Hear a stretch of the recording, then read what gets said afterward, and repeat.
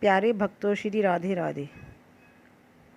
आपका भक्ति भजन गीत चैनल में स्वागत है। आज मैं आपको देवशयनी एकादशी के बारे में बताऊंगी।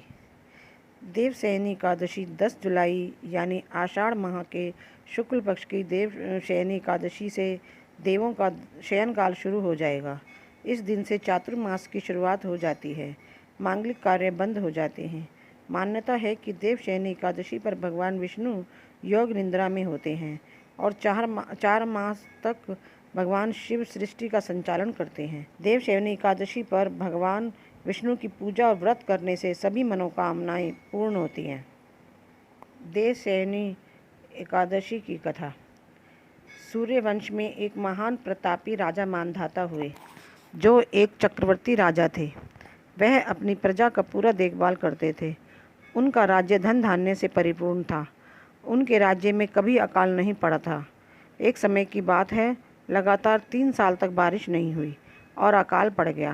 अकाल के कारण उनकी प्रजा काफ़ी कष्ट में रह रही थी। वे सभी दुखी थे। अन्न और धान्य की कमी के कारण यज्ञ जैसे धार्मिक कार्य भी बंद हो गए।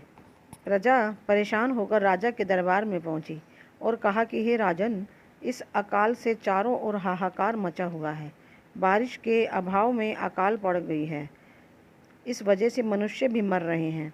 इसका कुछ उपाय खोजना होगा। राजा ने कहा कि ठीक है। वे एक दिन अपने कुछ सैनिकों के साथ जंगल में गए और अंगिरा ऋषि के आश्रम में पहुँचे और ऋषि को प्रणाम कर किया। ऋषि ने आने का कारण पूछा तो राजा ने सब कुछ बताया। तब अंगिरा ऋषि ने राजा मानधाता को आषाढ़ माह के शुक्ल पक्ष की एकादशी का व्रत करने को कहा। इसे व्रत को करने से सभी प्रकार से सिद्धियां प्राप्त होती हैं।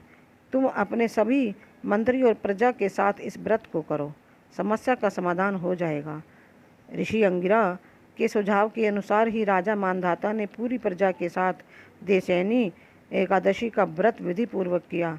उस व्रत के प्रभाव से वर्षा हुई, अकाल से मुक्ति मिली और फिर से राज्य धन धान्य से संपन्न हो गया। देवशयनी एकादशी की व्रत के कथा को सुनने से समस्त पापों का नाश होता है।